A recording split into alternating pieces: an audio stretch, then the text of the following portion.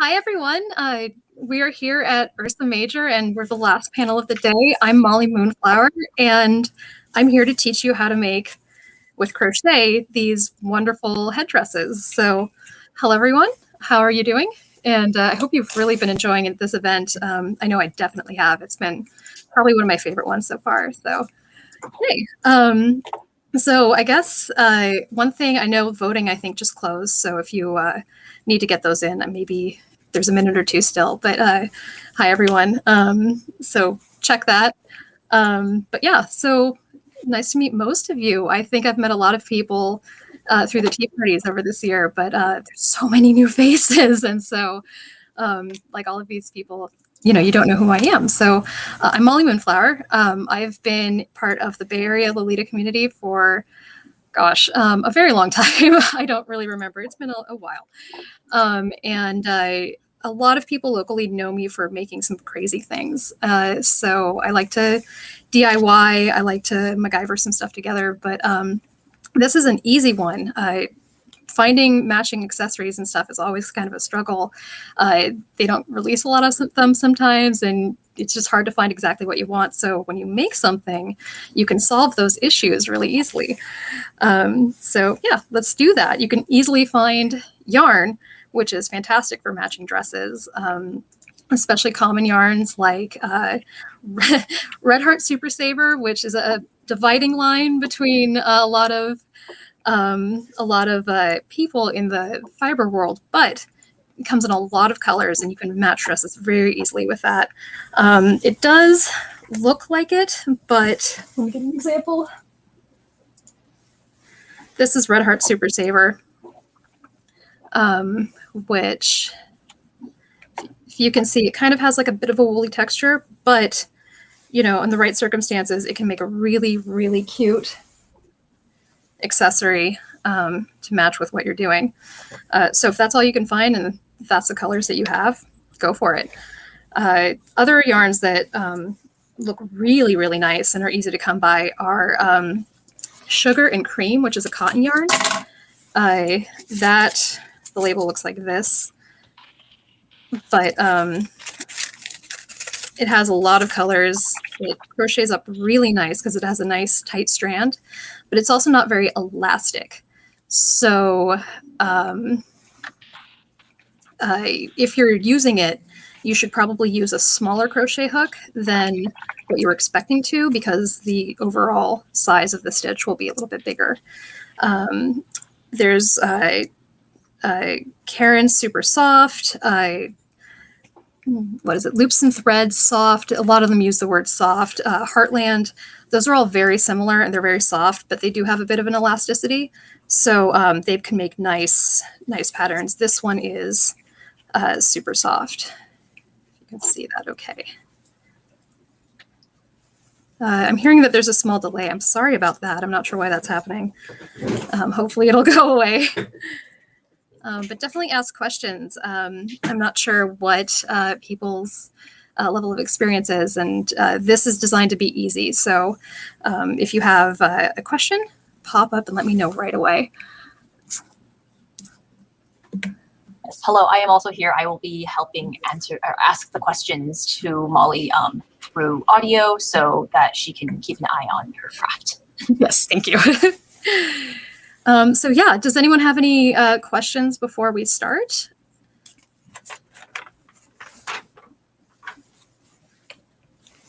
Seems pretty good. So I guess we can do. All right, I'm just checking the questions here to make sure we're all good. But I guess one thing I should go over while I'm waiting for that is that what we're making basically is the main body, which is this part here. Now, we're not going to be doing this decorative lace edge. I'm going to show you how to do it, but unless there's time, we'll just save that because it's very simple and you can do it on your own. The main part is this main body, which is the same as this Red Heart Super Saver one. And you can see it's fine on its own. You're good with that. But if you want something more decorative, you can go all out with the rest of it. And then you can do other things too, like attach bows, crochet little extra bits. This will be a trick I'll show you later, but there's some tricks you can do if you're in a rush and you just need to fix it to your head right away. Because it's crochet and it has all these natural holes, you can kind of play with that. All right, so the pattern is online. I have it both written and chart for those that, if you're more visual versus more word-based. And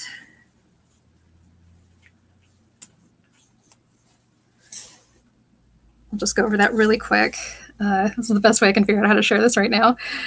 And it's upside down. All right, so this is the basic chart. And this is just a visual layout of what we're going to be doing. We're going to be making a chain, and then we're going to be going back to do all of these double crochet shells across. We're going to flip around. We're going to do double crochet around the back side of that original chain. And then we're going to do these single crochet stitches that go in certain parts of those stitches before to make the borders of the shells as we go along. And we'll do 2 rows of that, and then we're basically done. So it goes by really fast.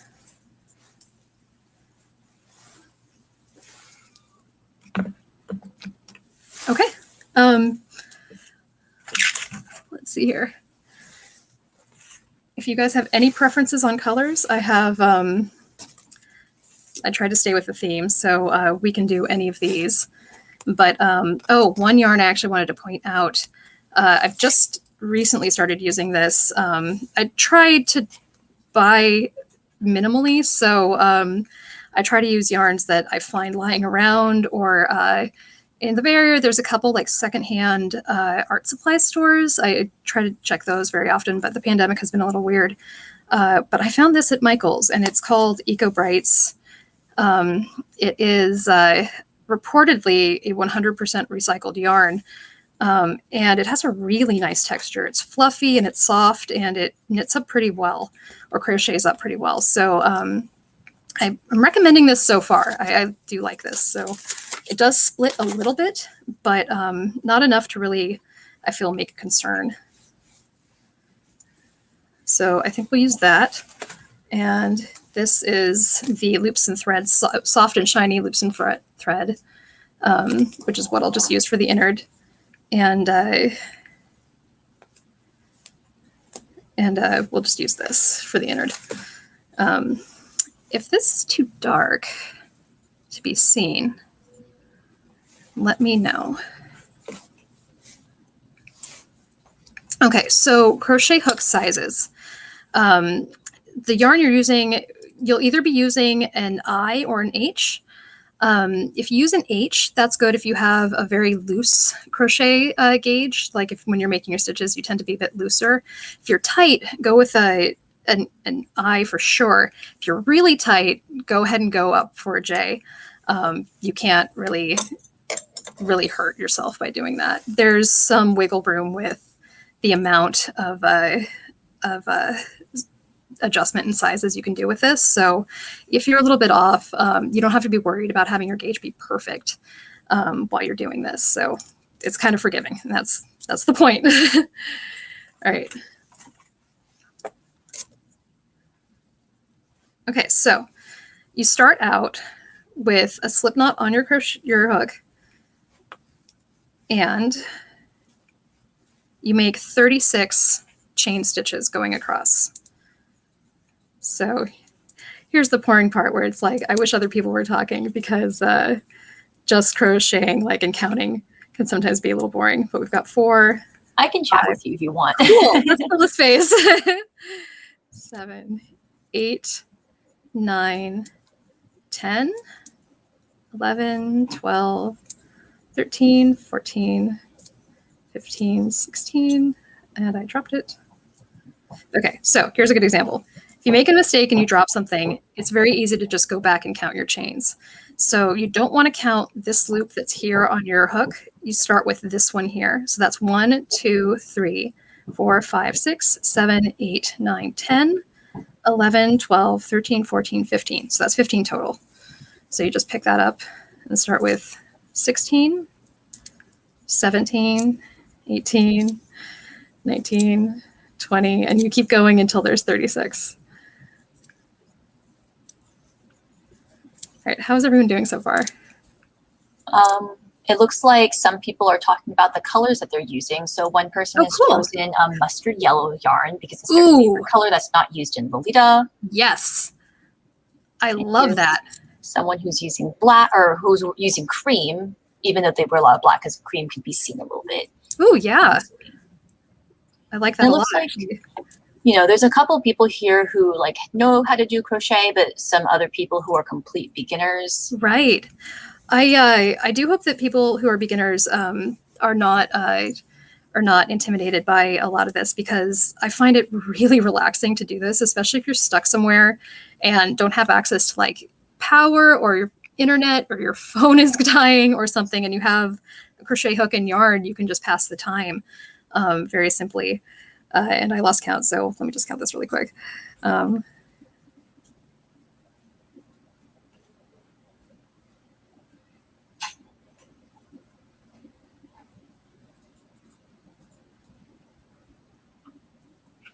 Yeah, just a heads up to everyone, we did test the video beforehand and it was like not laggy at all. And as soon as we went live, it was like, I have decided to lag now. So apologies for that. Let us know if you need anything like repeated for you. Right.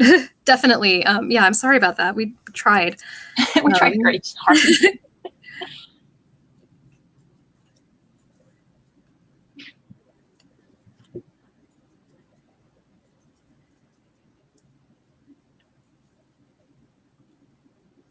You got people in here who can cannot crochet but can knit, and people who can crochet but cannot knit. Ah, okay. Two halves of one artist. Right. Okay, I went over by 3 stitches, so let's just take those out. That's actually really cool.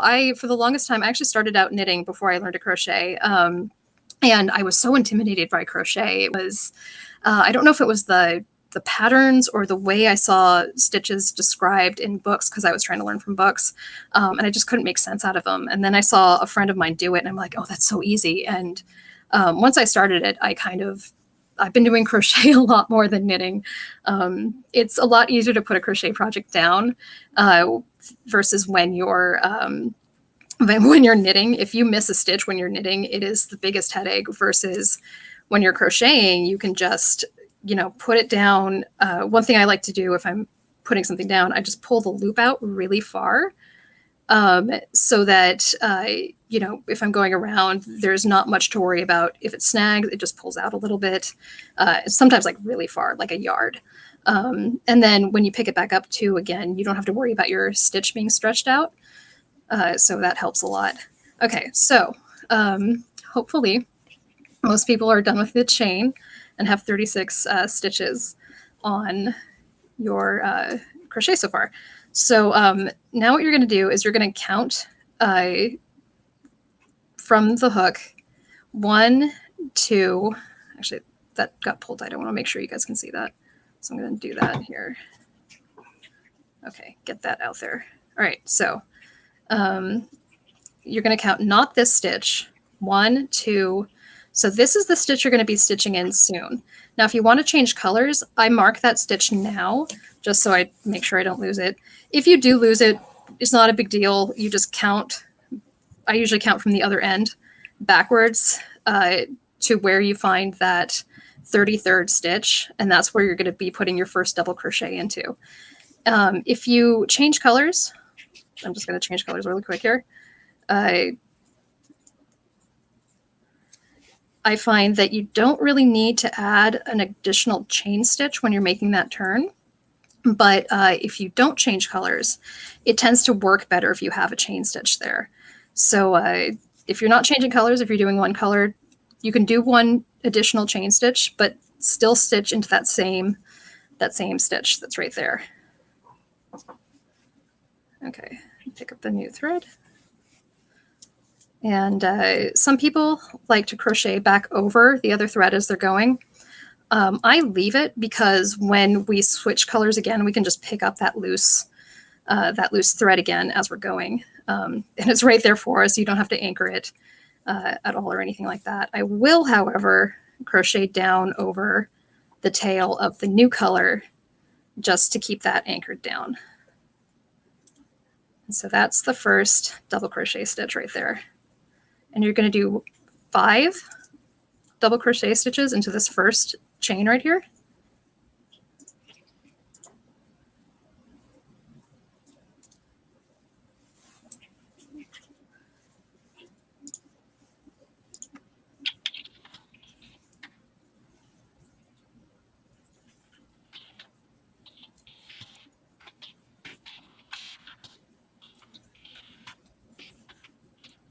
And it does stretch that chain out. Don't worry, that's what you want. So that's cool. Okay, and then you count, you're going to be skipping 2 stitches and then single crocheting into that third chain stitch right there.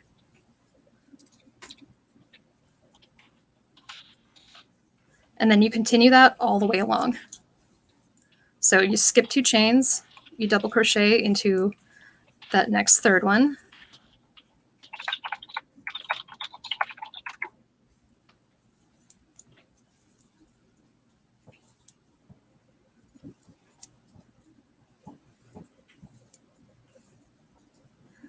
It's funny, somebody mentioned that I'm like really fast. I don't consider myself fast at all, which is what's really funny. I guess you're always critical of yourself the most, right? Monty says that she would never skip 2 chains. Are you sure? I mean, live on the wild side. Like, well, we've heard from Monty lore that she enjoys, she dabbles. Oh yes, I am envious of her free lifestyle. She she knows how to live well. Well, she keeps just updating us on the number of jelly beans that she's eaten. Oh, what are we at? I'm not sure. Monty, what number of jelly beans have you eaten? This is a math question. Math. Actually, crochet is like a lot of math, so it's she says she's finished another bag recently. Oh my. Is she going to be okay after that? I don't know. I'm rooting for you, Manny. So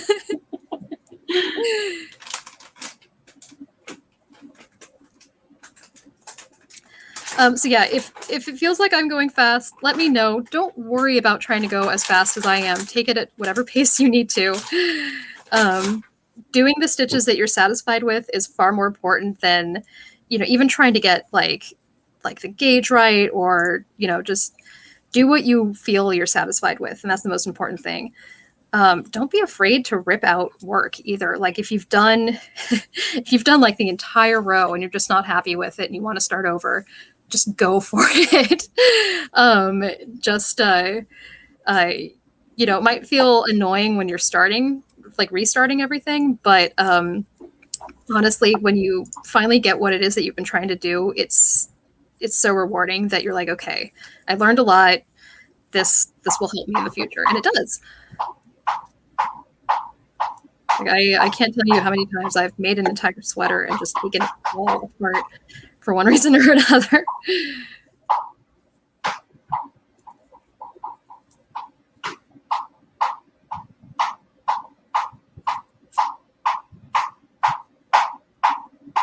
I do not know what that tapping noise is. That's not for me.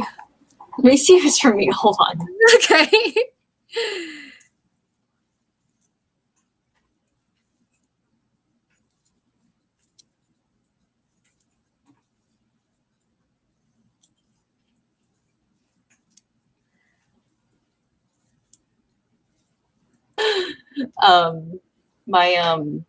My boyfriend is a drummer, and so in his no, it wasn't drumming. It's just that he sits and bangs on things. He does it unconsciously. Yeah, so whatever. He just lives the rhythm. Oh, that's awesome. He just constantly just hitting things with it's like pencils on the desk and stuff. Oh my gosh. This is how I live. Wow. I mean, it's okay. I live with a parrot, so I understand the idea of like constant noise that it all means something, even if it's not like something that you need to actually address. But it's all there. It's part of life. Yeah. I'm surprised that my headphone mic picked it up. I'm constantly surprised by what the microphone on a lot of these things will pick up, especially when it doesn't pick myself up. Yeah. And so I'm like, of course it's not going to hear anything, but no, it's hearing like a car outside 2 blocks away. Oh, I think actually it's actually on the wrong mic. Let me see if I can change that. Oh. Okay, well, in the meantime, so if you're done with your first row, it should look approximately like this. Littles there. So when you get to that first end, sorry if I skipped that, you finish that chain and you single crochet in that last stitch that you started with. Let me see if you can see that a little bit better.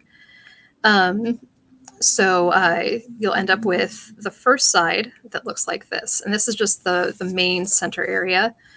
And so then this part's just a little tricky because the chain has been twisted by you putting that single crochet in one side. So if you just look carefully, you should be able to find the opposite side of that chain. And it's right, I've twisted a lot for me. That's the tail. So it's right here. If you can see that. Let me see if I can. Okay. So it's right here. When you put it through, you'll know because you have the end, the back of the starting chain right there. And then this is the tail on this side. So that's the back, and then this is the tail. Okay. And I don't chain just because it seems to work better to leave the chain out for now. But I just go to start a single crochet on that opposite side. And then you start again with the shell pattern going across again.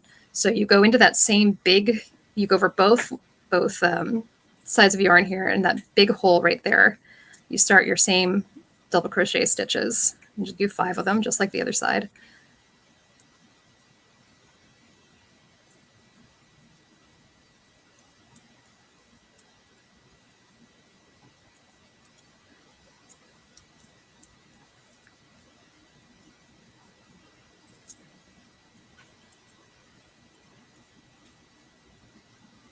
Okay, and then you single crochet in that same space. Oops, hold on. This yarn does split a little, so you have to watch out for that, but overall I really like it.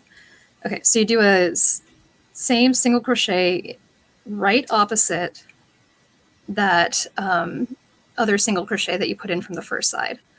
So it goes right in there, you go over both strands of that chain, and it starts a nice, I don't know what to call that, quilted kind of pattern. Everything is organized nicely.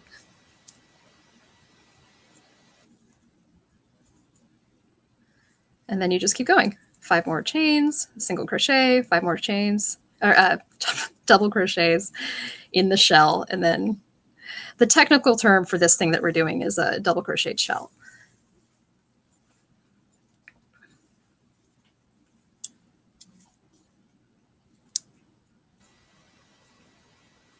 This single crochet.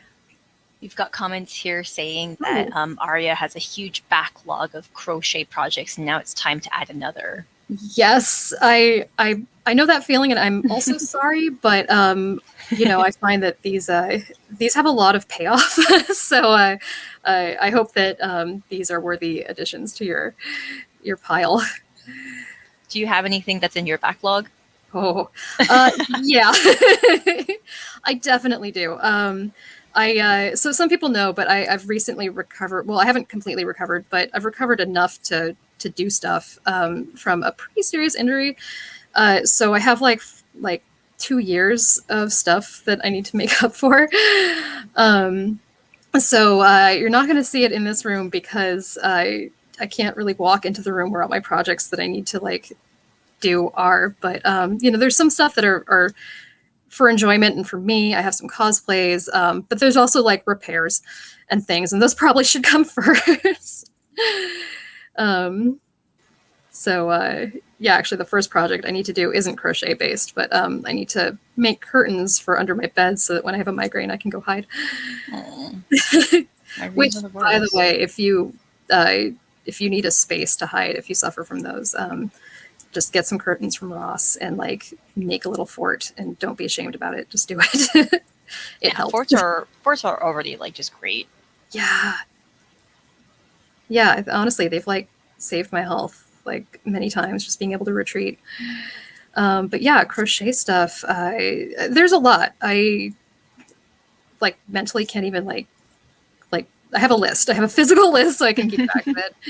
I have been working on a couple witch hats that I started last October, but I've been wanting to tweak the pattern and stuff for it. And the hardest part has been actually finding a decent enough millinery wire for the large brim. Because anywhere I've seen stuff, I've tried ordering a few things online, but they've sent it so tightly packed that I basically can't make it straight enough for the brim. So right now it's all waiting on that. But I've had like a toadstool pattern witch hat thing that I've been working on like in my head. So hopefully when I get to the point of putting it into like reality, it will work out the way I think it will. Mm-hmm. Have you checked Lacis in Berkeley? Ooh, you know what? I haven't. That should have been my first go-to, actually. Okay, I will try that. Wow, yeah. That's just a big I figure they're like in person. I know it's like a bit travel for you, but I'm not sure if they ship right now, because I'm sure like during the pandemic they probably changed some things. Yeah, I know it used to be just like really nice going over there since they had that. For those that you don't know, Macy's is like a really interesting store in the Bay Area. They're a lace museum, but they also have like millinery supplies, corset supplies, historical patterns. They're pretty awesome. You can just go there and like tour around. They'll show you like all their historical stuff. Yes, and they're really informative. Like they work there because they love the history of it, and so they know a lot of things, which is really cool. Incidentally, actually, some of my favorite like fiber working tools that I have are from Lacey's. So if you're looking for like a really hard to find bobbin, or like a very tiny crochet needle, or something like that, they probably have it. So I do recommend that. Okay, so just to check on what the pattern is saying so that you guys can see here. All right, so we are at the end of the opposite side of the main shell area. And I'm putting my thumb over where you need to see, of course. So right here, you've gotten to the end of that first area here. And the best place to crochet into is where you started the shells. So that's this one right here. And it's a little tight for me. Get in there.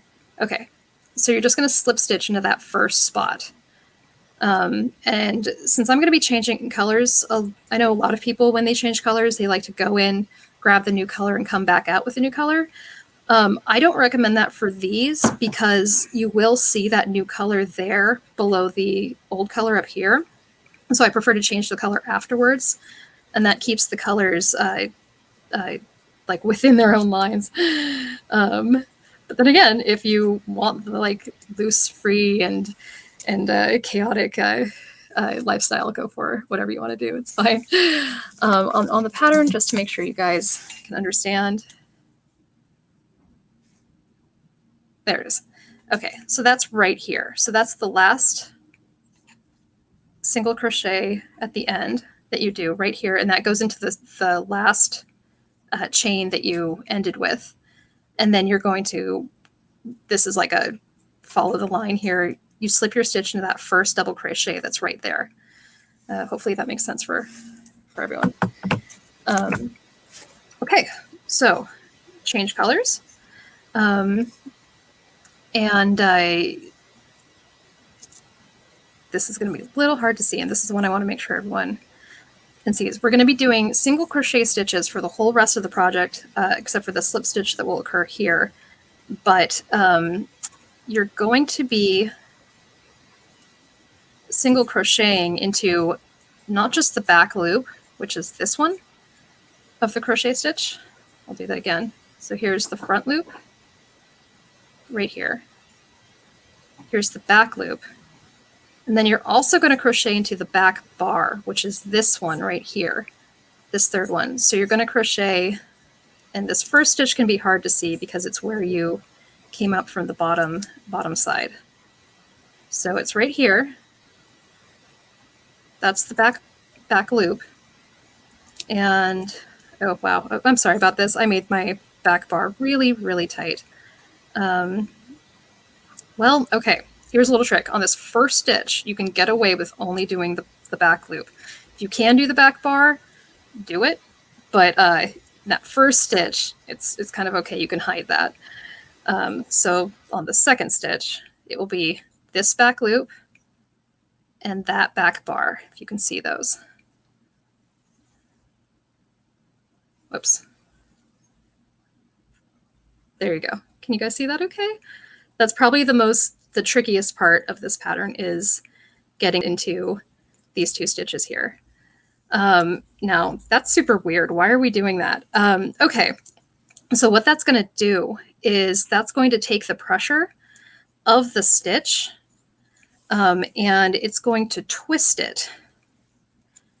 And so you're going to end up pushing the back side of the stitch underneath and forward, and that'll lift up this front loop area on the stitches and create this nice raised border that goes along the inside.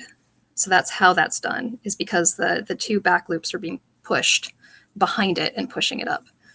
If you guys can see that okay. So that's how that happens.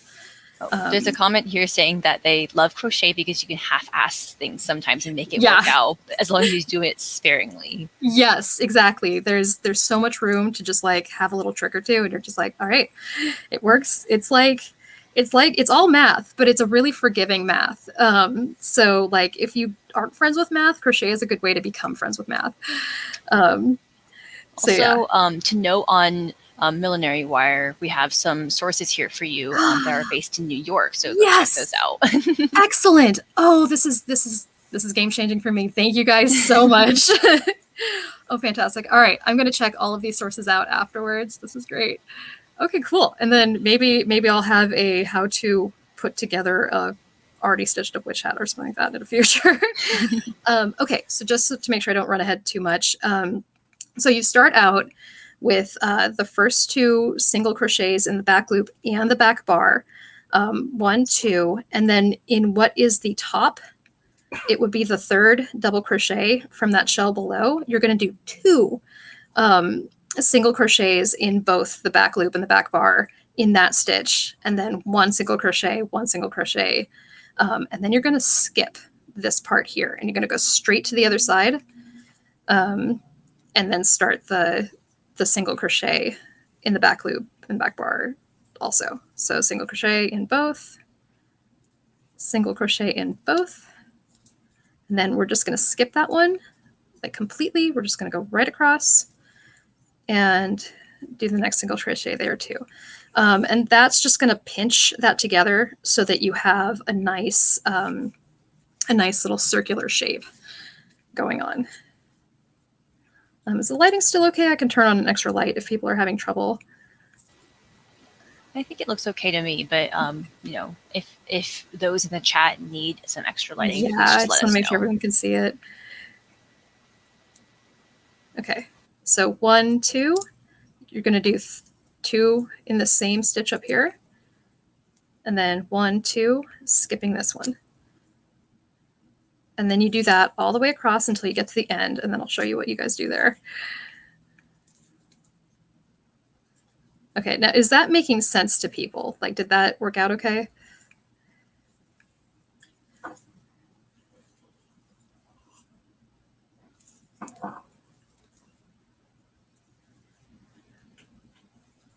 Okay, hopefully I didn't stall out just here.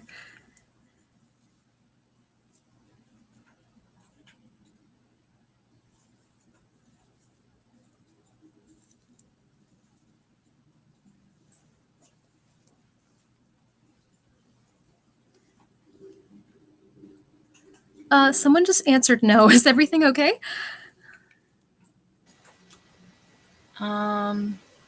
Looks like it's stalling a little bit. Oh dear. So Okay. if you let us know in the chat like what part you need like redone for you or explain any better, let us know. I'm happy to go over anything again. It's not even a worry. I mean, heck, even if you want to hit me up afterwards on Instagram or Discord or anything and just ask me to explain something, feel free. This is not a worry at all.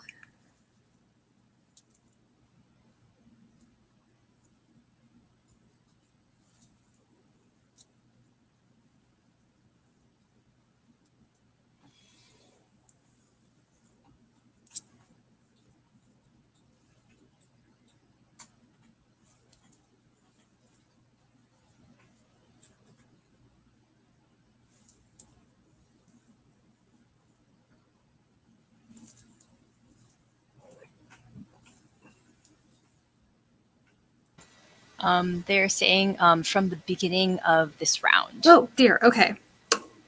Okay. So from the beginning of the round, that starts here. And I don't know if you're changing colors or not, but if you do, you want to change colors after you finished that last round. And then you'll be single crocheting into, I'll show you on this next one so you can see it. It will be this loop and the back bar, which is the loop right behind it. So if you can see these two right here, they are separate.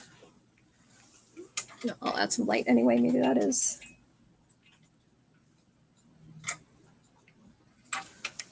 Okay. Oh, I'm not sure if that helped actually.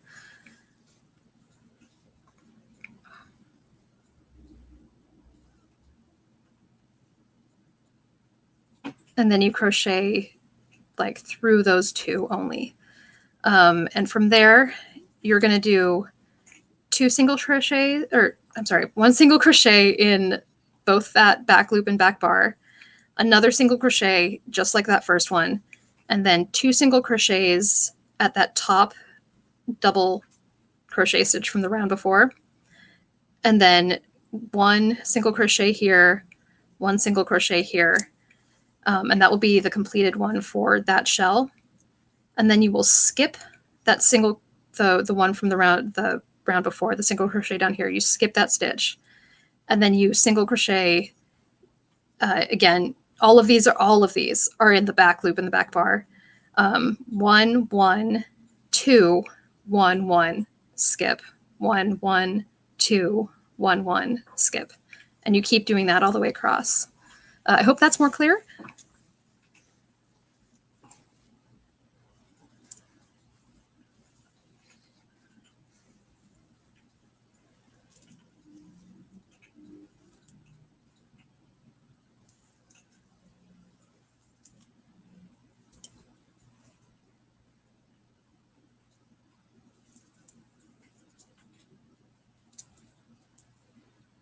And honestly, if that's just giving you too much trouble to try to do both the back loop and the back bar, you can just do the back loop.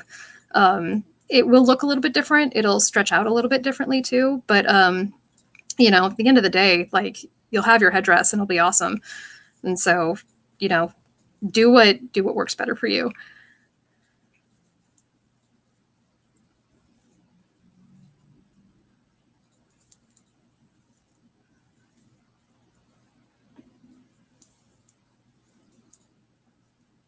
All right. So that was everything a question okay? Here. Yes. Oh, no, everything is okay. Have you done any other Lolita yarn projects? Oh gosh. Yes. I have well, I guess I don't have any too many right here next to me. These aren't Lolita, but I have like, you know, little placemat things and stuff that I've made out of scrap yarn.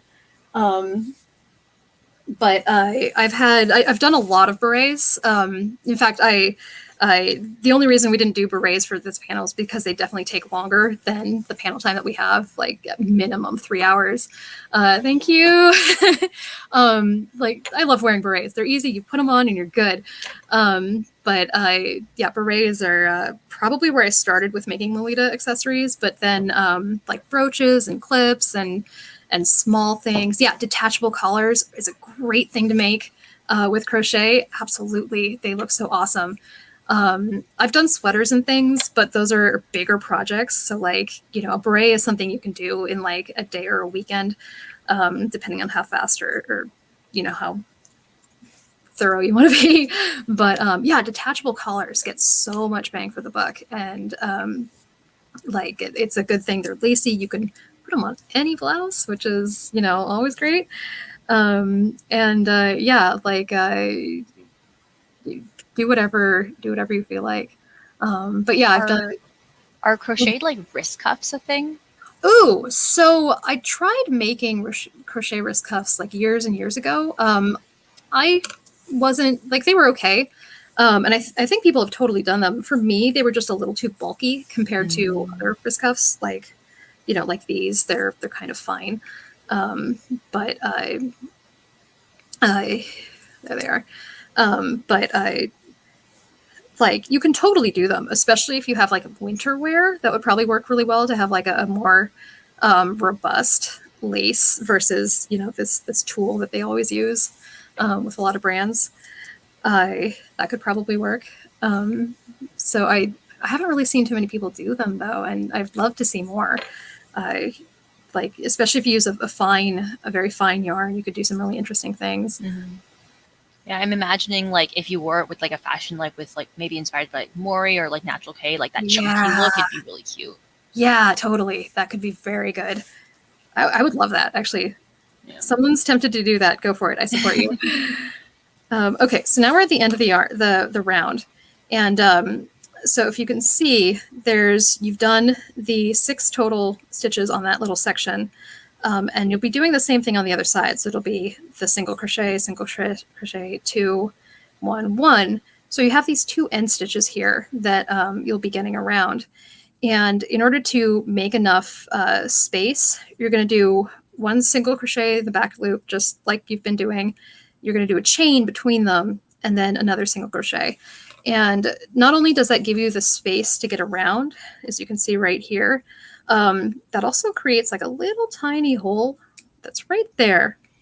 If you can see that later on, you can use that to just slip like a ribbon or anything through to just like help to easily hold this on if you just want a quick, easy way to get this on your head. So you can use that hole to get like a larger ribbon. This is actually, here's the example. Okay. So if you see these, this one, what I did was I just took some buttons. I looped a piece of yarn through the hole of the button and then stuck that into that hole. I guess not that well on that side, but here, like into the hole around 1 stitch so it holds well. And you could tie that right onto your head. I don't think it'll work with the hairstyle I'm wearing right now, because my hair is very thick, but you could just tie that on just like that. And yeah, you're good to go. If you are on your way to the meetup and you are late, this will do the trick.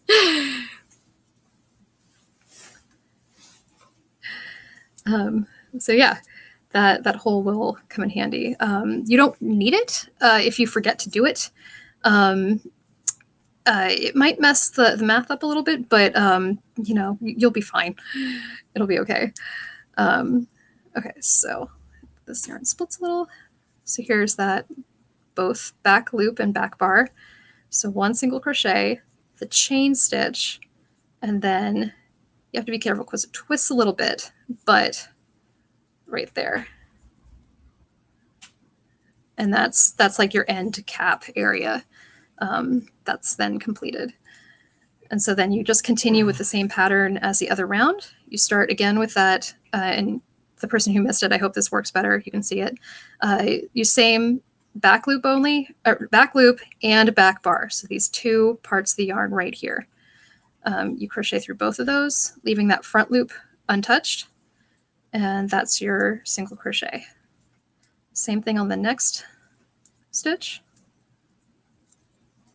2 of those in this top stitch here.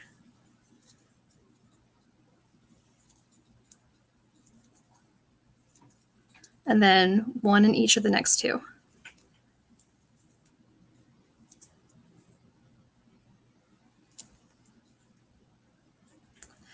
That, if you're seeing that split a little, that is the one downside of this recycled yarn that I found. It does tend to split, but if you're careful, it will be okay. And I mean, you know, if it's something is 100% recycled and if it's good, which I still have to do more research to find out how good it truly is. But if it's worth it, well, it's a little messy, right? Oh, we have a comment here saying that there seems to be losing the scallop shape. Not sure where they're going wrong. Oh, okay. If you're losing the scallop shape, there's a couple things you could be doing. One, make sure you're doing that the 2 single crochets in that top. And if you are doing them really tightly, that might be pulling it straight. It's also possible that you're not skipping the single crochet from the row before. So this part right here, you're not supposed to stitch into that one right there. So you go from this stitch here to this stitch over here. So from this one to this one, and you skip this center one. I mean, for now, it does tend to look like it starts to lose the shape. It pulls itself back when you have the other row completed. Trying to estimate this here, if you can see that. But if you have only one row, it might be doing that, if that seems consistent to what you're seeing. But if you don't skip that, that tends to elongate it. So you do need to skip that single crochet from before. You can see that okay. If you are continuing to have problems, like feel free to like hit me up with like photos or something, and I can try to find out exactly what went weird.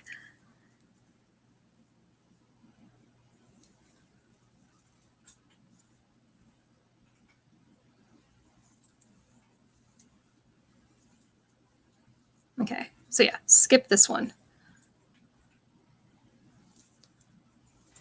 I've dropped Molly's Instagram in the comments, so if you want to send her photos or like ask her questions, just slide into her DMs. Yeah, I accept this.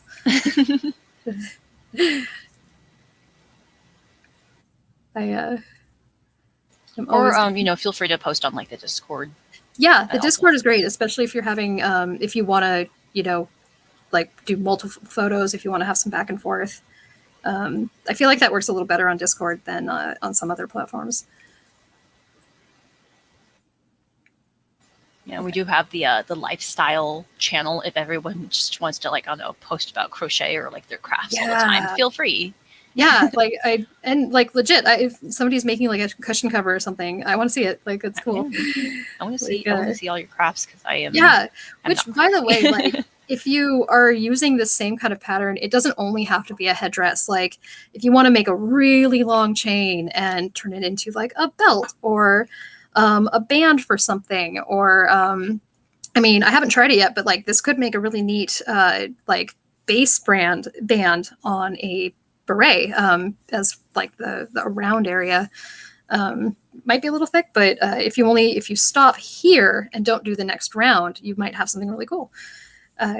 So, you know, you don't have to only use this base pattern for a headdress. The only thing that I would say is that it does matter to add additional sections of these shells. You just add 6. So if you wanted to make one like with 2 more shells, you would add 12 to the original starting chain length. Ooh, that could be really cool. Aria Macabre, I really like where you're going with this. If anyone wants to do that, I'm down to see that. Sounds really cool. She suggested a sash that goes across, which yeah, I like that. Yeah, I mean, heck, even a strap for a bag, that could work. It has a bit of a stretch, so it might stretch out over time, but you can always back it onto something else, like a canvas strap or something, just to take the weight.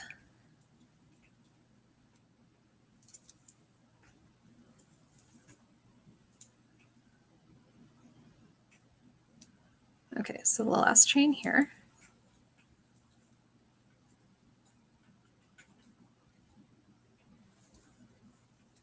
Oh yeah, and I'm sorry I didn't do my nails, guys. So I find whenever I have my nails done, I get them caught on the yarn. So having nice nails in crochet is not something that's been working for me. I'm always just really impressed by like the length of your nails in general, because I know from seeing you in real life that they are very strong. It's a little weird. It's a double-edged sword because when they break, it's pretty violent. So I notice it a lot, but like it's really weird. Like I don't know why they grow as long as they do. Well, you've also got very long hair, I think is just the thing. Like it makes me wonder if I have a gene that's favoring keratin, probably at the expense of like another protein. Like, okay, well, that's what my body's doing. Okay, and unfortunately, I'm sorry guys, I made that other first stitch just too tight on this. So you will be, we'll just fudge it here. And so this will be a good example of you guys knowing how to break the rules. But I'll get the pattern for you so you can see it better. Okay, so what we're doing is this part right here. So we are on the purple part of the stitch. We just finished this one, and the one you saw me starting was this one here. Wow. Are you guys okay? Can you still hear me? Yeah. Sorry about that. Tell people not to call you and they call you. Okay, so I did that stitch right there. Then you're going to chain, and then you're going to slip stitch into that first crochet that you started this new round with. So for me, navy yarn will be going into navy yarn. And that one single crochet there is, I'm sorry that I made that one very tight. I'm just going to do it around this one. And since I can't get into the back bar, I'm just going to do it around the navy that started. So I have two strands of yarn that it's going under that'll make it secure. And that should be enough to keep it twisting from where I wanted it to do. So that one, the chain, and then I'm going to slip stitch under the two or the whole single crochet stitch right there. So that completes the second round. All right. And so for me, I'm just going to switch back to the blue. There's nothing saying that you don't have to change. I mean, you don't have to change colors if you want a thick blue border. You can also go to the third color. Why not? You can add in another color right here. I mean, you could do any number of things that you want to do, and it's pretty free. So there you go. So switch colors. I'm seeing that apparently someone has dropped their crochet wrist cuffs pattern in the Discord. Cool. So everyone can also check that out. Yes. Okay. This is awesome. I love the like library that this is creating. This is awesome. Okay, so we've done this here, and then we're going to start with the single crochets. Sometimes I feel, and I might do it this time because I made it really tight, I might add a chain between the slip stitch and the new stitch if I feel like I just, messed up a little bit too much and made it too tight. But generally I don't need to do that, and I just can start with the single crochets. This time, the single crochets are only going in the back loop. They're not going in both the back loop and the back bar. They're just going in the back loop only. And that will keep it, keep that next section just a little flatter than the first one, so that you'll have, probably see it. Actually, let's do this one. So that you'll have a little bit of a organizational hierarchy between the twisted stitch and the back loop only stitch, which will help like the eye decide between the the lacy pattern here and then the echo of it as it goes here. Hopefully that makes sense.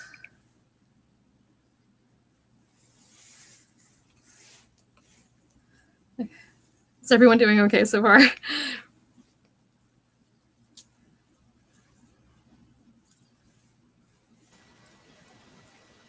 No questions yet.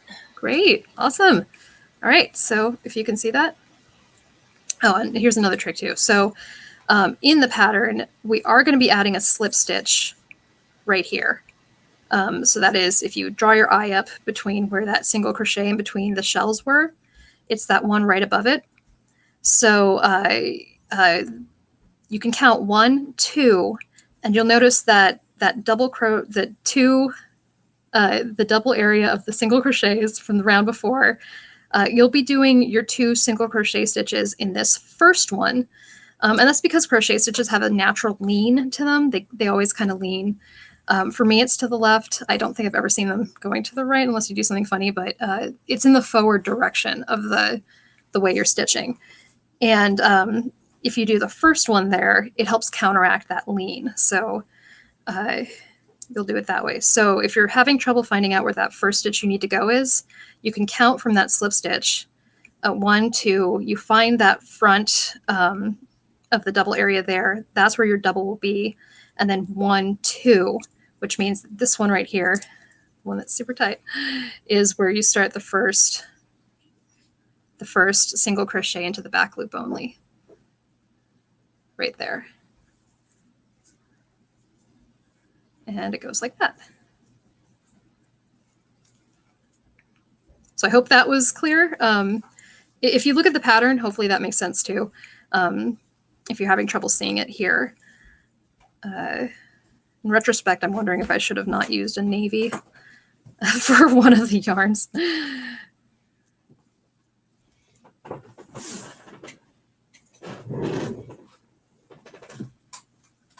Okay, it might be easier to see from this side. Back loop only, not back loop and back bar.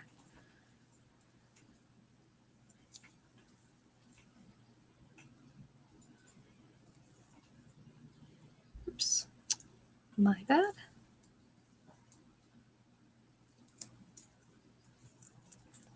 All right, so if you can see, 1, 2, 2 in the same stitch, 1, 2. Now, when you slip stitch in this one, and this, you're not going to go in the back bar or the back loop only or any of that. You're going to go under the entire crochet stitch, and you're just going to slip the entire thing. And I'm going to go a little bit further so you can see what that's doing.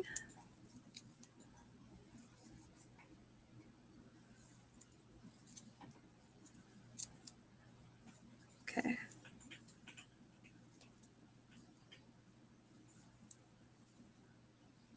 All right, so what that does is it twists the main work that you're doing back around to the front, and it pinches it inward. So it gives this nice like differentiation between the shell that you're doing and the back loop only stitches. You can see it.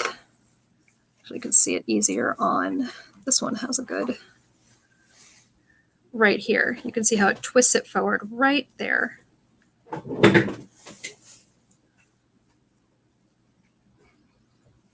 It's right here. Actually, let me get a bright color.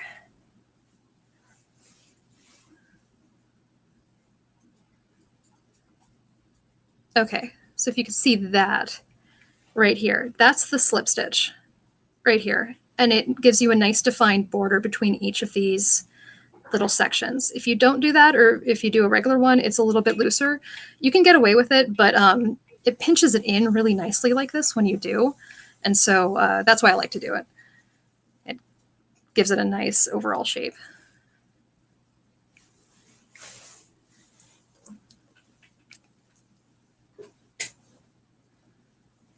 And then you just continue.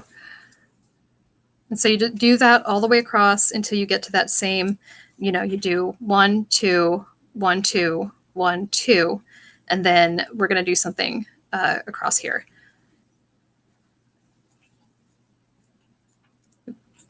it's really simple what we're going to do across there, but like in terms of like the math, just think of it separately.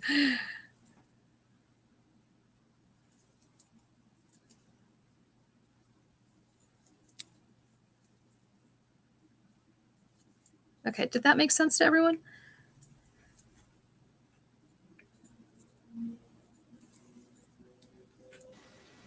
I'm not seeing any questions, but Cool. I did see someone liked the colors of the other one that you showed.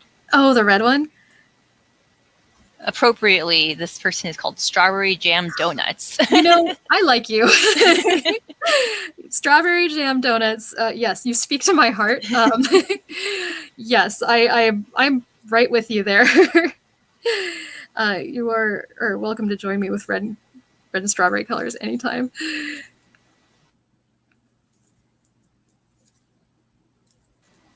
Okay. Yes, red is their favorite color. Awesome.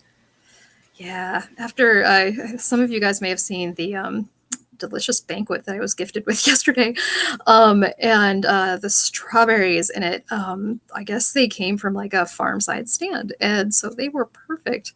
So I was dreaming of strawberries last night, and still like basking in the strawberry goodness. And did you eat all of them? I ate a lot of them. There's still a few. Actually, my bird took some, but like forcibly. Yeah.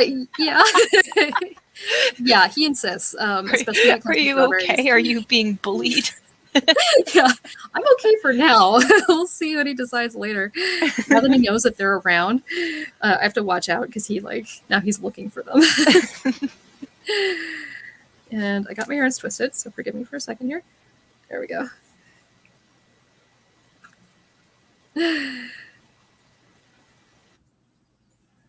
And he flew down here at the word strawberry, so hopefully we can get through the rest of this before he balms my head.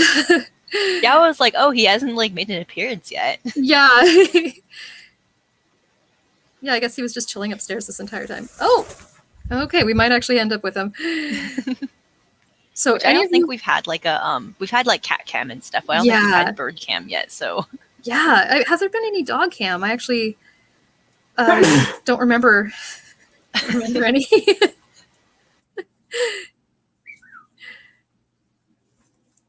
Yes, if you hear chirping, that's my bird.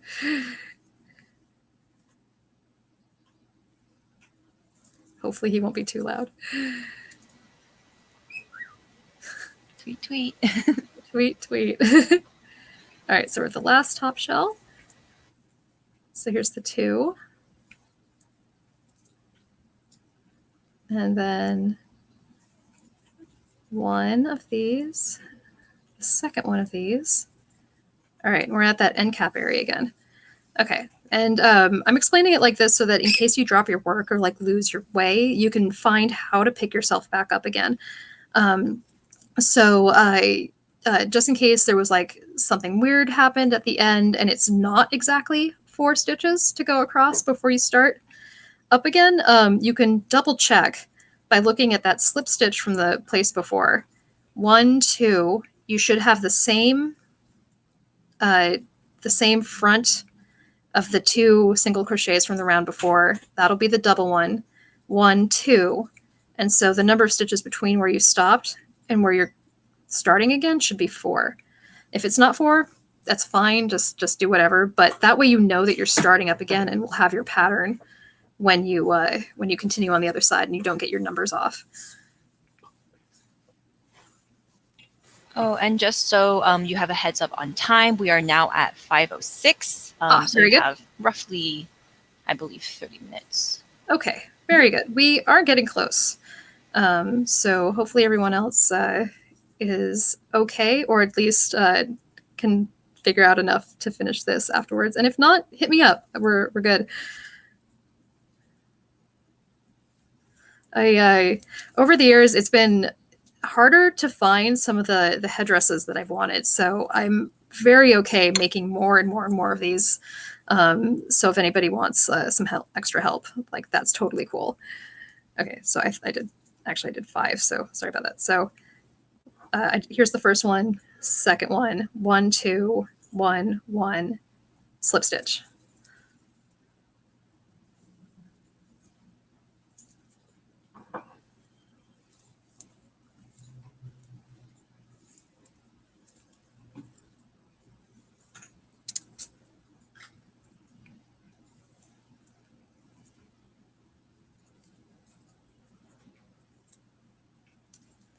And yeah, you see me turning my work. That's totally fine if that's what you need to do to make sure you're going into the stitch right. Don't let anyone tell you how to crochet. You're this is all for you. Okay, there we go. All right. So 1, 2, 2 in this one.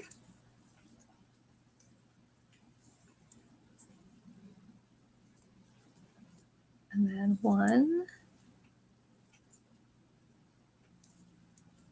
2, and slip stitch right here. Oops. There we go.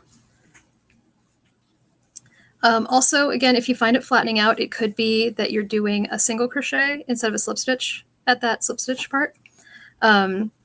I find sometimes if I get distracted, if I'm watching TV while I'm doing this or something, I'll like absent-mindedly do a single crochet instead of that. So it you know, it's no big deal if you do. You just pull it out and restart.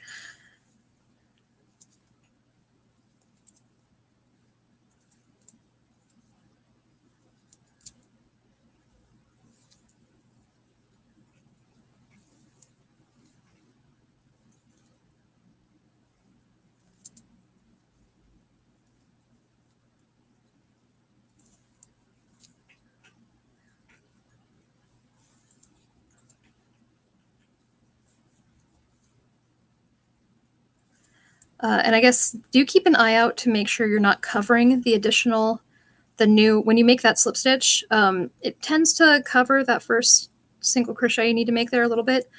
Just look at it very carefully and make sure you're getting the right part of the stitch.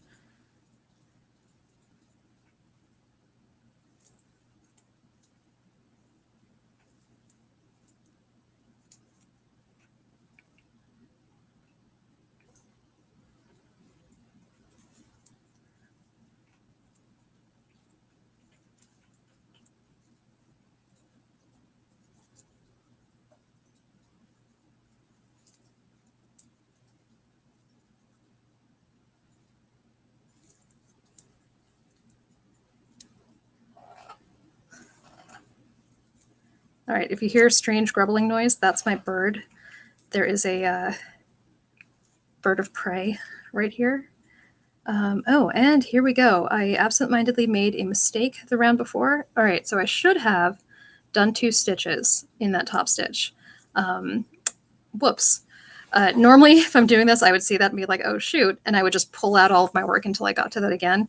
We don't have time for that in this panel. I'm just going to cheat a little. And just gonna pretend like it didn't happen. Although you can see, this might actually have a benefit, where because I didn't have 2 in the top of that shell, it is a little flatter compared to this one. So if you're having problems with the shells being too flat, make sure that you're doing a big enough, you're doing the 2 stitches there and that they're not too tight. If you just happen, if that's just how you do it, you make tight stitches, go ahead and make 3, I guess, and skip one of them as you're doing it. Just, it's okay to alter whatever you need to do to get the result that you like. And there's, no harm in trying something and seeing if you like it better. All right, so you guys and anyone who watches this panel in the future will know the secret about the mistake right here. It's okay. Mistakes are okay. Yes. I just want to make sure I get my math right. Okay, so because I made that mistake, to make sure I get the slip stitch in the right place, here's the double from the next shell. So here's that front double. 1, 2. So yes, I did put the slip stitch in the right place.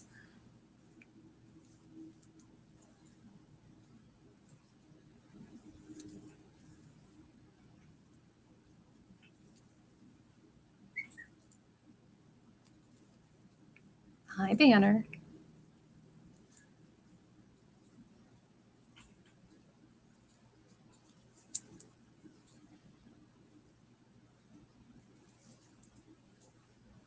Okay, so that's the 2, 1, 2, and we're back at this end thing. And there should be approximately 4 stitches for you to single crochet into. If there aren't, it's possible because one of them was too tight or one got skipped or something. Not a big deal. You can you just single crochet to complete the row, and you'll be fine. We have a comment here that says Bob Ross it. Happy stitches, happy mistakes. Yes. Oh, Bob Ross. Absolutely. And that last one is right there. Okay. All right, and you were good. So then you just slip stitch right into that first starting one of the same color. And that's the main body. It'll be a little lumpy. Just most knitting work is in general. Any knit or fiber art tends to they twist. I've found that you can totally block these. I found the cotton ones I don't need to block. I just press them and they're fine. Like there's a little tiny bit of a natural twist, but just, if you're in a hot enough room, it'll just go away.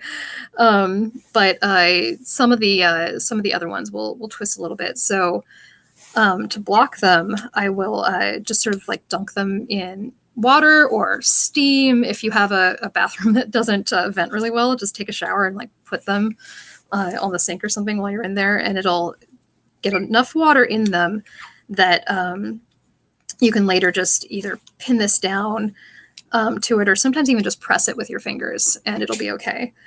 But there you go. So that's the main body.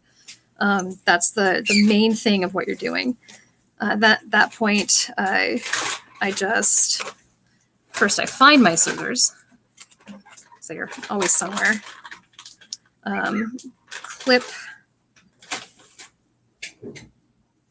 Clip all of the yarns that you have. I like to leave longer tails. Some people don't. It's fine.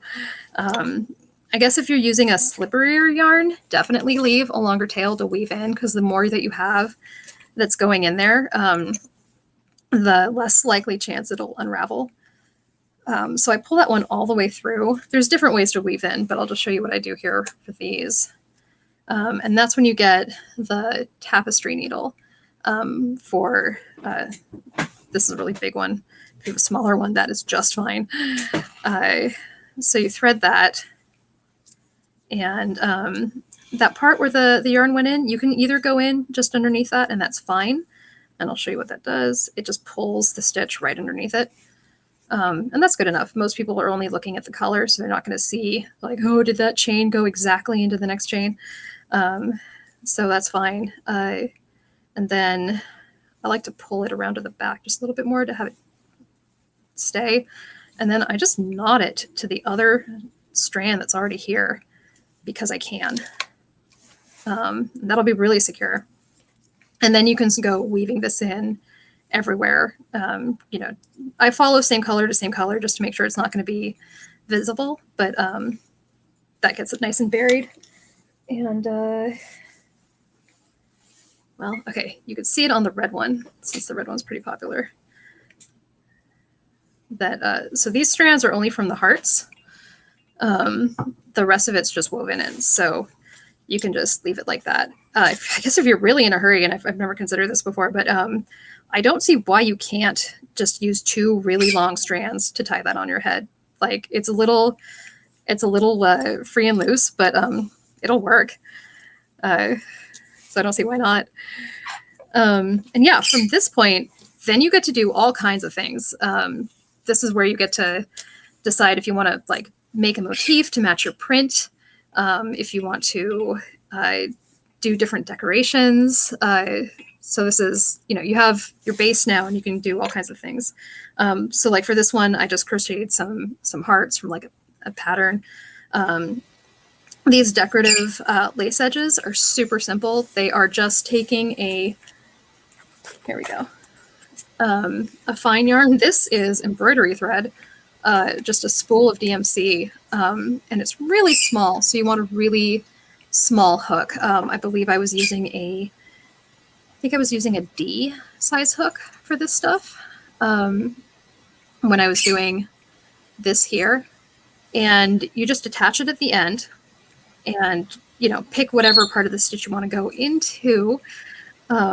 In this example, I did it in the back loop only, just to keep that nice border visible from the edges of the crochet before.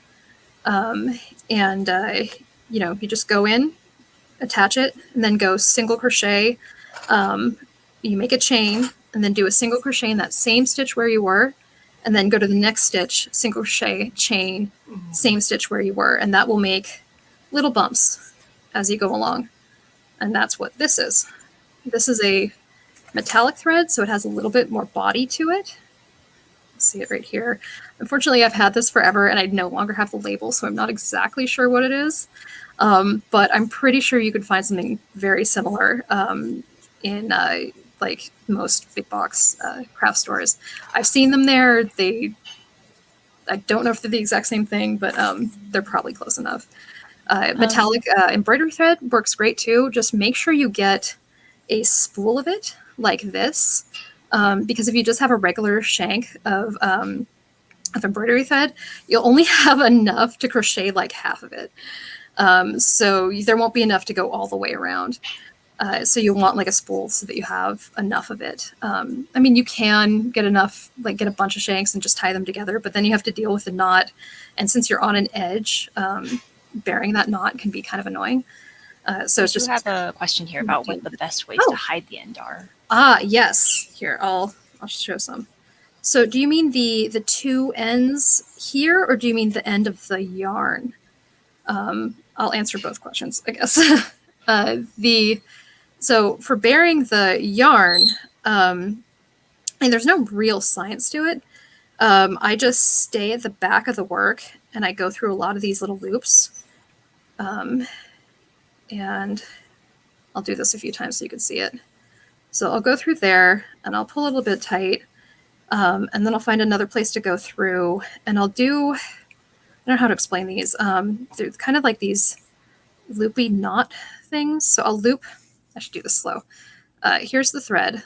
I'll fold it that way. I'll put it over and I'll draw it tight. I put my thumb on it just to keep it in place. And I pull the rest of the yarn through, and that, you know, you don't have to pull it super tight or anything. You just tug it so it's snug. And that'll create like an area where if the rest of it further on somehow unravels to this place, it'll like stop it. And that'll help catch. So then you like bury, and you can bury like anywhere. It doesn't really matter that much. So I'll bury for a while. I'll do like another one of those at a good place to do so. So if you can see that, that goes, stay still, over the needle like that. I pull it in place, and then I pull the needle through while using my thumb to hold it in place there. And it just gets nice and snug, and then that won't come out. Yeah, that's kind of like when you end like a stitch while you're hand sewing. What was that? Oh, it's kind of like when you end a stitch when you're hand sewing. Yes, actually, there's some similarities there. It's just that you're dealing with like this. It's kind of like the hand sewing thread on steroids, because it's just like so huge. Yeah, so you have this huge knot, so you're like, oh, okay, I gotta work around this big part here. So yeah, you want it to be nice and flat, so you don't have like a big ball underneath the work when you're working on it or when you're wearing it. But yeah, you just do that a bunch, and you don't have to use the entire thread that you have. You can bury it until you feel satisfied that it's not really going to go anywhere. Or if you find a nice spot, you can see here's my thread from starting. If you find a nice spot where you can like clip that off and you're not worried about these little bits peeking through on the front side, which, for example, it would look like, yeah, there.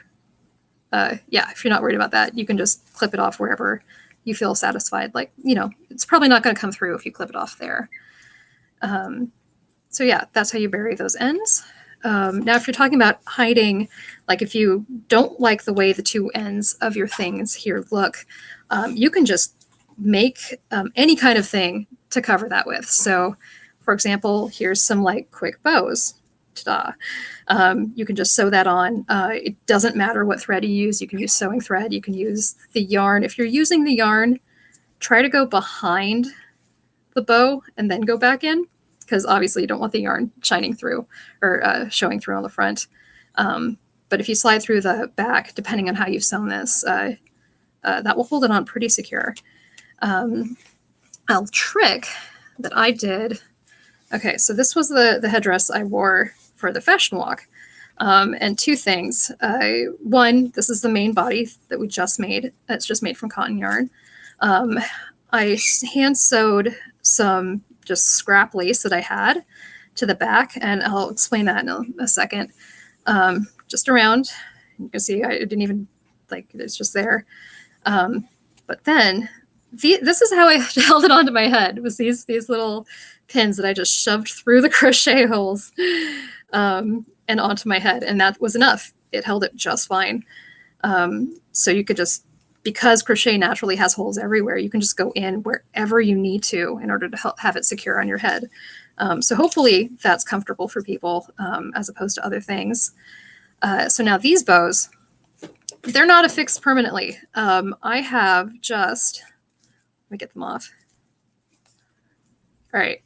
So I just took a bobby pin, and you know, if you don't want to be committed to having a certain look, I just slid a bobby pin through the back of the bow, and then holding the bobby pin open at the base, I slid it through the crochet stitches like that, right there. Hopefully you guys can see that. Then I grabbed the front end and I just pulled the whole thing on. And you just need to keep it a little bit separate so that it gets over the base of the bow. But there's a quick, fast way to get that on there. So that's a secret trick right there. These are just like simple fine thread crocheted, just a flower pattern, and those are just sewn on. These are actually from a pair of hair ties that broke. So I was just like, you know what? I don't need to throw that out. Here we go. So there's that. And yeah, crocheted bows are perfect. Crochet ornaments on the end work great. Here's a star pattern that I tried blocking, but didn't quite get the points the way I like them. It's actually the same star that's behind me here. But you know, if you end up with a shorter thing, or if you plan to do these at the first, at the start, if you want a shorter main body and want to add length to it with an ornament of some sort, like say you have a print that has a motif that you want to match, you just make a shorter main body, add to that there, and then you can see how I did stitch the ribbon down to the motif just to help everything be secure, but it's stitched to this and to this. Yeah, you just add that on and you sew it. I'll show you right here since these are pinned in place for that. You sew it. You can sew it right in here. So I leave the parts long and I use that yarn.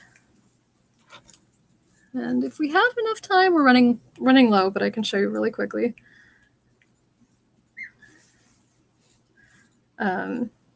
You just start out here.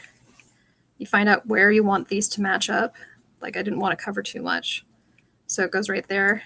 And then you could just sew that on.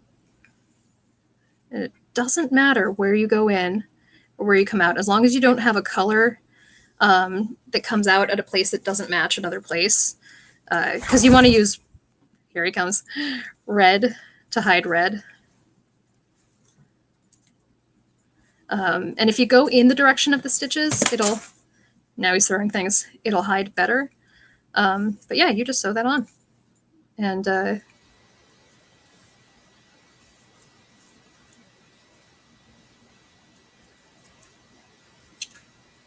you'll end up with a nice end bit held down. So we do have a question about if Yes. I want to use a ribbon for the headdress ties, how would you recommend attaching those? A ribbon for the headdress ties. Yeah. So there's different ways you can do it. I do prefer, honestly, just sewing it down, just because, you know, it's taking a lot of weight and a lot of force. So if you're doing a ribbon like this, for example, this one here, because I have the motif, I'm sewing it to both, but and because I have the motif, I was sewing it between.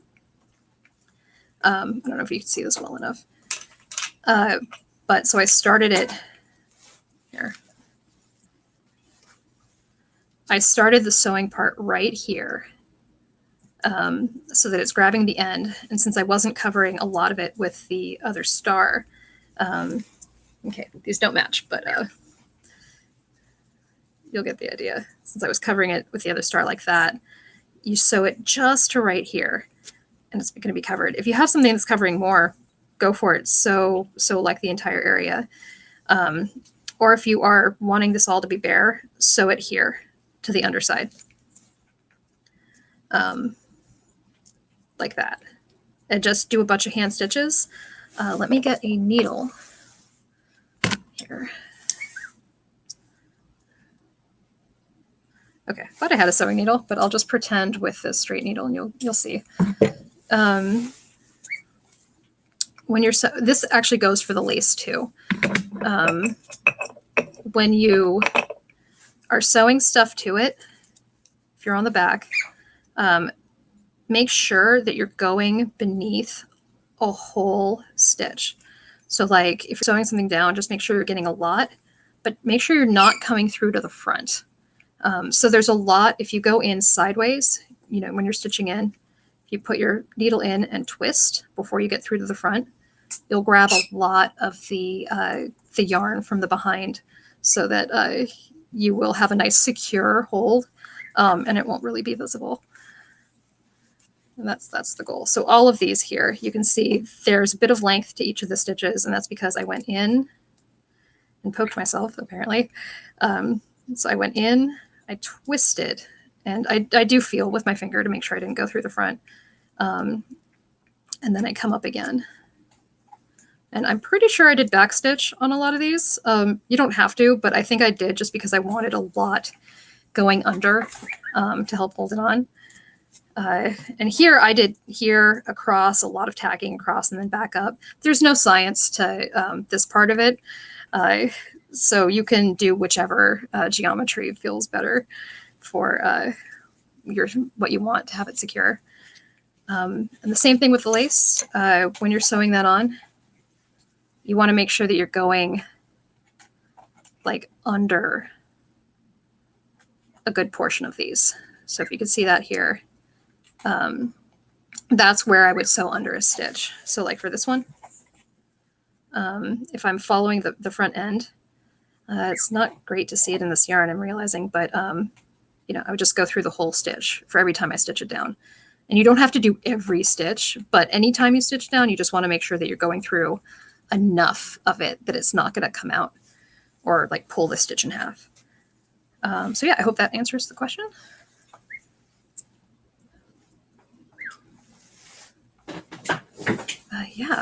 Let's see here.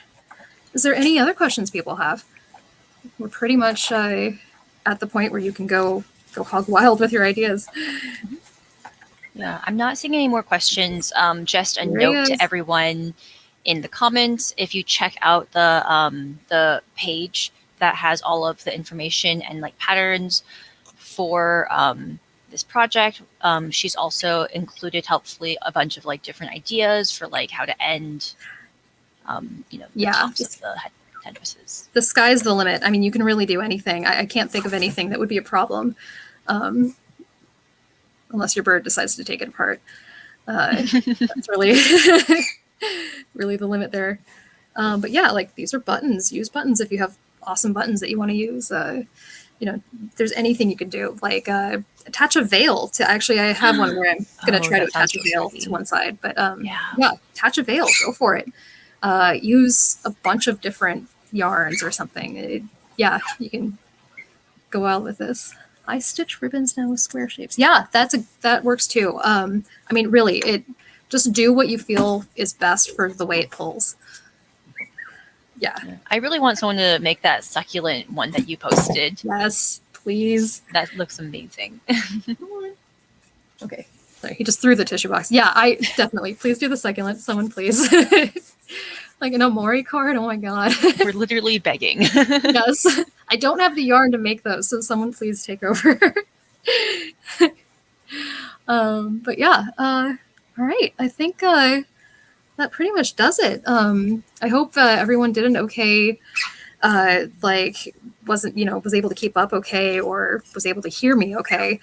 But yeah, that's pretty much where this goes from.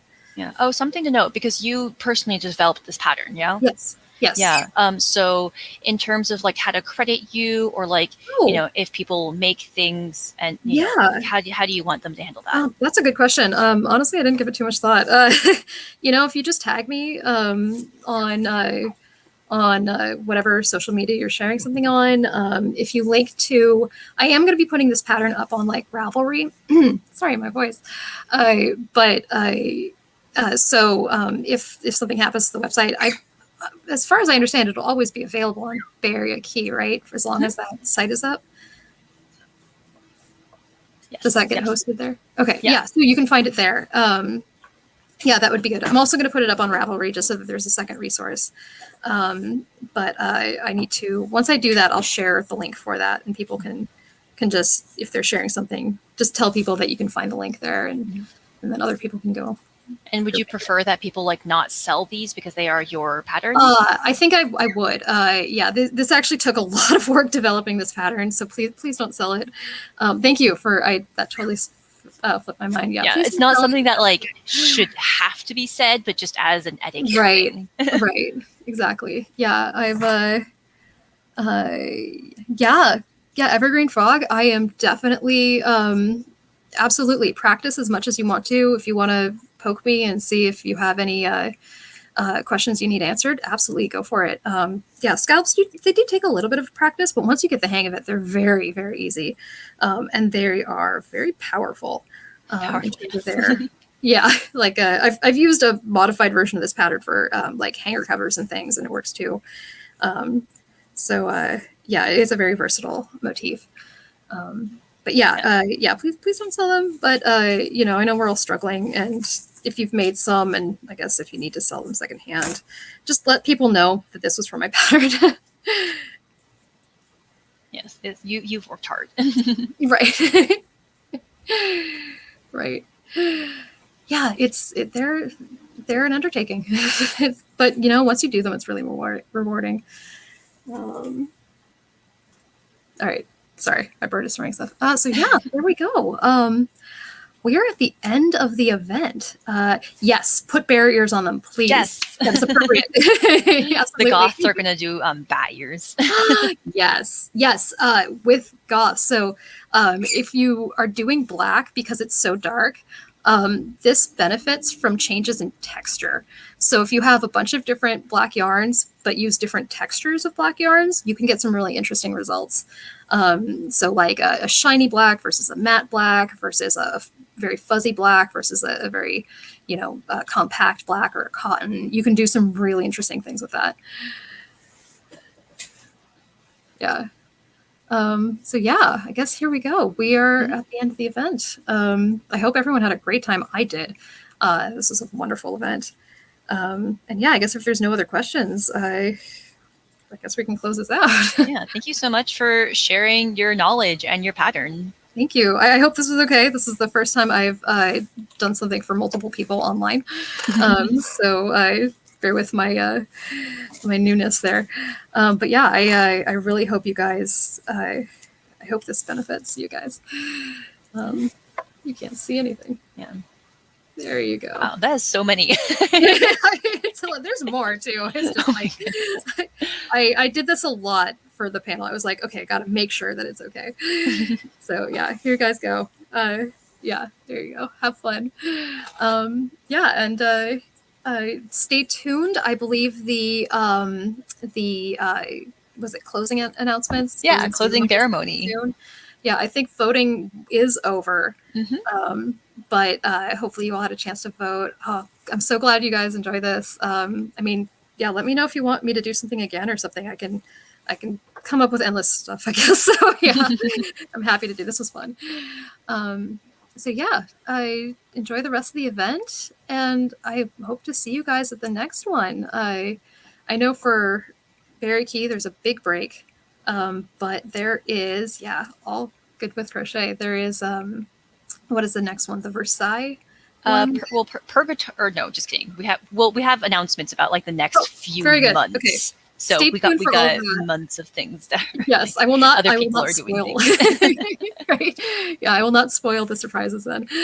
So yeah, stay tuned for good stuff, and happy to have you guys join. Thank you for watching. Okay. Thank you, everyone. Thank you, Molly. You're welcome. Bye, guys. Thanks for coming.